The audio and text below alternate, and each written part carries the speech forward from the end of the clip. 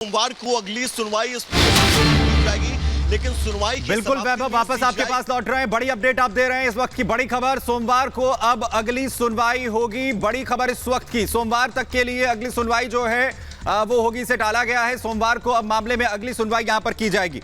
जी वैभव आप बोलिए, कंटिन्यू। निधि, बिल्कुल सबसे बड़ी बात यह है कि अब सोमवार को जब इस पूरे मामले पर सुनवाई होगी तो सोमवार को क्या कुछ दोनों पक्षों की तरफ से कहा जाएगा, यह बहुत अहम रहेगा, क्योंकि आज तकरीबन आधे घंटे चली ये सुनवाई जिसमें दोनों पक्षों ने अपनी बात रखी। लेकिन सबसे बड़ी बात सीजीआई की तरफ से सबसे आखिरी में कही गई कि 8 अगस्त तक चुनाव आयोग के अंदर आप जवाब दाखिल करिए। अगर किसी को किसी भी तरह की आपत्ति है तो वो चुनाव आयोग के समक्ष अपनी आपत्तियों को रख सकता है। लेकिन अब इस पूरे मामले पर अगली सुनवाई जो है वो सोमवार को होगी।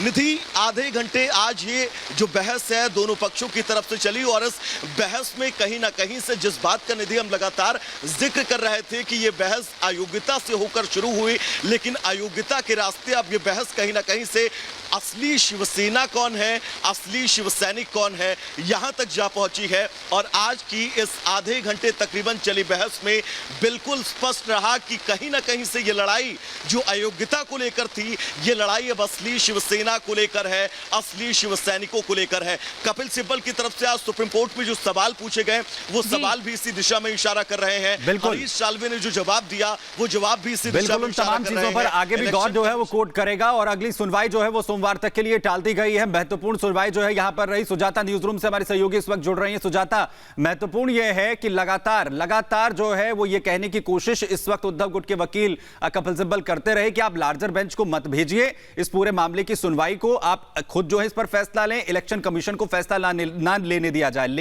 लेकिन सीजीआई की तरफ से जो महत्वपूर्ण टिप्पणी की गई है उसमें यह साफ है कि इलेक्शन कमीशन ही यह तय करे, जो उसका अधिकार है वही तय करे कि आखिर पार्टी किसकी है, कौन योग्य है, कौन नहीं है।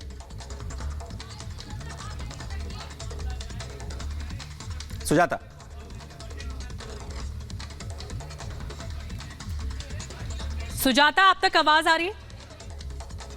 जी बिल्कुल निधि बड़ी खबर यह है कि मामला अब सोमवार को फिर से सुना जाएगा। लेकिन इस बीच थोड़ी सी राहत उद्धव गुट के लिए जरूर है, क्योंकि जब शिंदे गुट चुनाव आयोग पहुंचा था ये दावा करने के लिए कि शिवसेना दरअसल उसकी है, क्योंकि उन्होंने पार्टी छोड़ी नहीं है और वो अपना दावा पेश करते हैं, तो चुनाव आयोग ने ये निर्देश दिया था कि 8 अगस्त तक दोनों ही पक्ष अपने अपने सबूत, अपना पक्ष रखें और ये साबित करें कि किसका दावा मजबूत बैठता है। अब आज आपको बता दें कि सुप्रीम कोर्ट में चुनाव आयोग के वकील भी पेश हुए थे, अरविंद दातार पेश हुए थे, और ये कहा था कि अगर कोई पॉलिटिकल पार्टी, किसी पॉलिटिकल पार्टी में कोई मतभेद होता है, कोई राजनीतिक दल मतभेद होता है, तो हमारे पास अगर आता है, चुनाव आयोग के पास आता है, तो आयोग का ये फर्ज है कि वो इस मामले में फैसला दे। इसीलिए हम इस मामले की सुनवाई कर रहे हैं। तो यहाँ सुप्रीम कोर्ट में सोमवार को इस मामले की सुनवाई होगी। सोमवार को सुनवाई होगी, यह भी तय किया जाएगा कि क्या संवैधानिक पीठ को, बड़ी बेंच को यह मामला भेजा जाए। हालांकि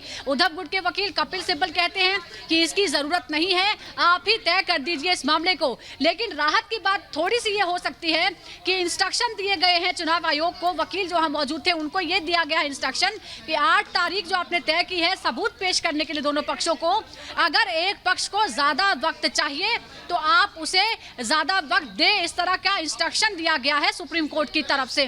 बड़ी जानकारी यह है कि फिलहाल अभी भी इस मामले में जो पूरी तरह से पूर्ण विराम नहीं लगा है, यानी तय नहीं हुआ है कि जो विधायक थे वो अयोग्य है या नहीं है, शिवसेना पर असली दावा क्या है, किसका ज्यादा मजबूत है, क्योंकि अब मामला चुनाव आयोग में भी चला गया है। तो देखिए कई पहलुओं पर सुनवाई हो रही है इस मामले की।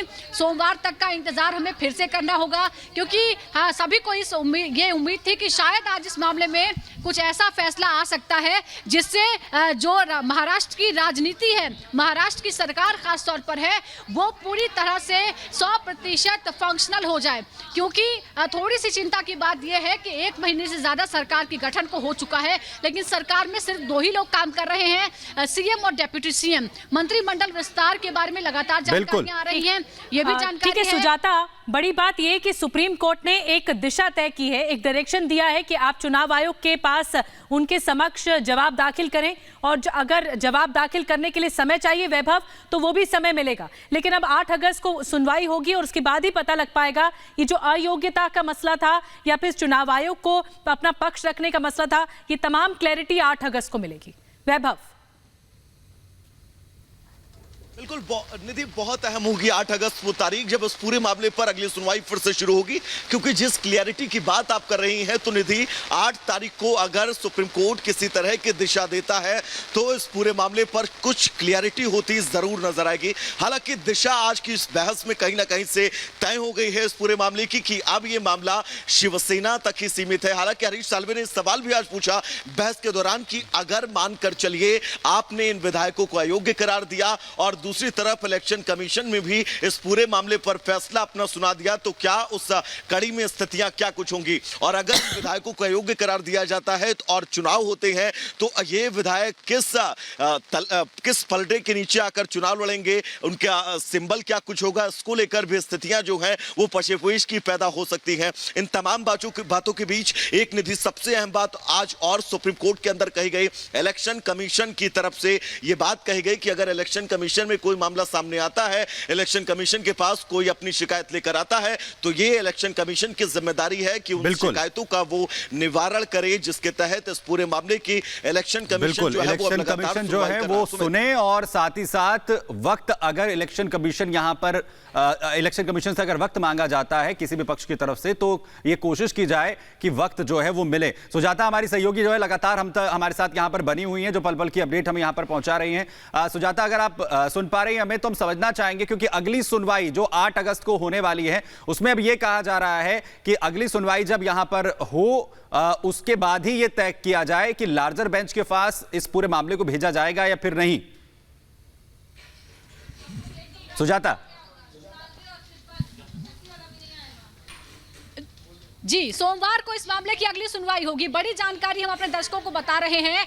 करीब 1.5 महीना हो चुका है, जून से ही ये मामला सुप्रीम कोर्ट में है और लगातार बहस हो रही है। देखिए, बहुत ही पेचीदा मामला है, संवैधानिक तौर पर बहुत ही सेंसिटिव मामला है, क्योंकि हमने पिछले कुछ समय में, पिछले कुछ सालों में बहुत से ऐसे मामले देखे हैं, लेकिन ये सबसे कॉम्प्लिकेटेड मामला है। चाहे बात अरुणाचल प्रदेश की हो, कर्नाटक की हो, मध्य प्रदेश की हो, लेकिन कभी भी इस तरह का कॉम्प्लिकेटेड मामला नहीं आया था जब विधायक पार्टी से अलग हो जाते हैं, विचारधारा के नाम पर अलग बात कहते हैं, लेकिन वो तकनीकी रूप से पार्टी बिल्कुल ये राजनीतिक पार्टी का मसला है। और ये पूरा जोर शोर से उठा सुनवाई के दौरान कि इस मसले को इलेक्शन कमीशन के पास फिर जाना चाहिए। बहरहाल हरीश साल्वे जो कि शिंदे गुट का पक्ष रख रहे थे, उनकी तरफ से क्या कुछ दलीलें दी गई आपको बता रहे हैं। स्पीकर चुनने में वक्त लगता तो काम बंद कैसे हो सकता है, ये हरीश साल्वे ने अपनी प्रमुख बातों में कहा, जो उन्होंने पक्ष रखा। वोट देने वाले विधायक अगर बाद में अयोग्य ठहराए जाएं तो भी क्या वोट मान्य हो, ये भी हरीश साल्वे की तरफ से कहा गया अपनी दलीलों में।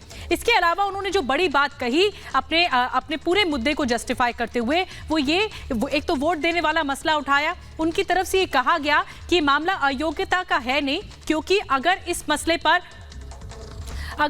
पर एक गुट से दूसरे गुट में कोई भी विधायक जाता है तो फिर कैसे वोट मान्य होगा, या क्या इस पर दलीलें रखी गई। जो कपिल सिब्बल हैं वो उद्धव कैंप की तरफ से, उद्धव गुट की तरफ से दलीलें रख रहे हैं।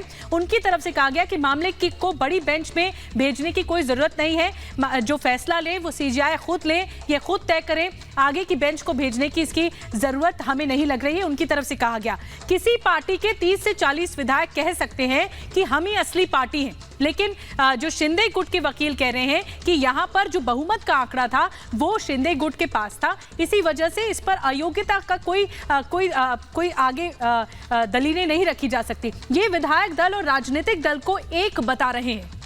ये इन्होंने कहा, कपिल सिब्बल ने, कि विधायक दल अलग है और राजनीतिक दल अलग है, लेकिन शिवसेना किसकी, ये मामला सीजीआई तय करे, रमन्ना खुद तय करे, बड़ी बेंच के पास ना भेजें। तो ये दलीलें कपिल सिब्बल की तरफ से आज सुनवाई के दौरान रखी गई। तमाम महत्वपूर्ण दलीलें और दिलचस्प दलीलों के बाद वैभव अब ये देखना होगा कि 8 अगस्त को, क्योंकि इस पूरे मसले पर 5 जजों की बेंच को लेकर भी कहा गया कि इस पूरे ये मामला वहां जाना चाहिए, लेकिन कपिल सिब्बल इसका विरोध करते हुए दिखे। उनकी तरफ से कहा गया कि सीजीआई इसका फैसला ले। अब 8 अगस्त को ही ये महत्वपूर्ण तारीख है जब इस पर सुनवाई होगी और आगे की दिशा तय होगी।